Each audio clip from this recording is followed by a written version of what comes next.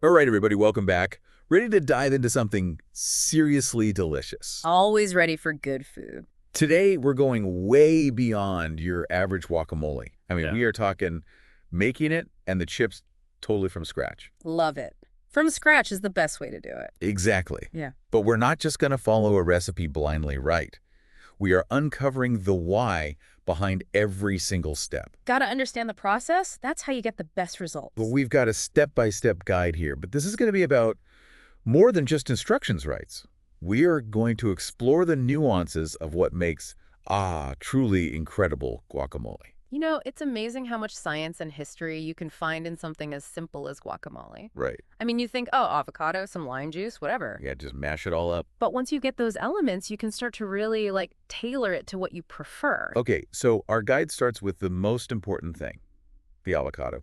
It just says to use ripe avocados, but I think we both know there's a little more to it than that. Oh, yeah, way more to it. What do we really need to know to make sure we're getting the perfect avocado for our guacamole? Well, I mean, ripeness is definitely key. When you press gently on the avocado skin, you want it to have a little, not too firm, but also not too mushy. You know what I mean? Yeah, like that Goldilocks avocado. Exactly. And the color should be like a deep, almost black-green color.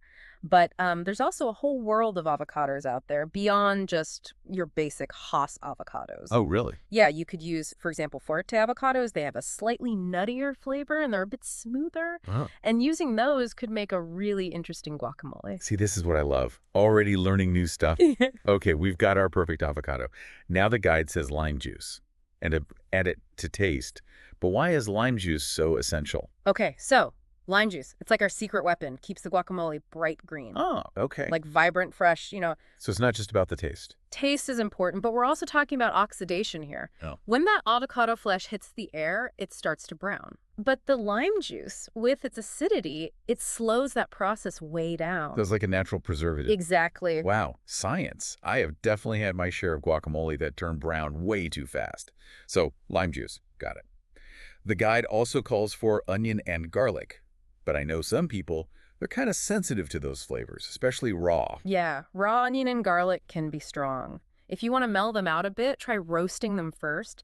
Roasting will bring out the natural sweetness and give the guacamole a whole different flavor profile. Ooh, I like that. It's all about what you like, right? Okay, roasting. Noted. Mm-hmm. Next up, cilantro. I'm a huge fan, but Yeah. the guide doesn't mention that for some people, it's a completely different experience. Oh, yeah, cilantro. Definitely a love it or hate it ingredient. Some people think it tastes like soap. Seriously? Yeah, because of their genes. They actually experience the flavor totally differently. Wow. But if you are one of those people, don't worry. You can use parsley instead, or even a little lime zest if you want that citrusy flavor. Great substitutes. So we've got our base. Now let's talk about heat. The guide suggests jalapeno, which is great. Jalapeno is classic, but it's also optional, so. Yeah, optional, which means we can get creative, right? Totally. You can try other peppers too, like a poblano if you want just a mild heat. Right. Or if you're really brave, go for a habanero. Ooh, fiery. And there's actually, a way to measure the heat of peppers. No way. Yeah, it's called the Scoville scale. I'll have to look that up. All right, we're ready for some heat.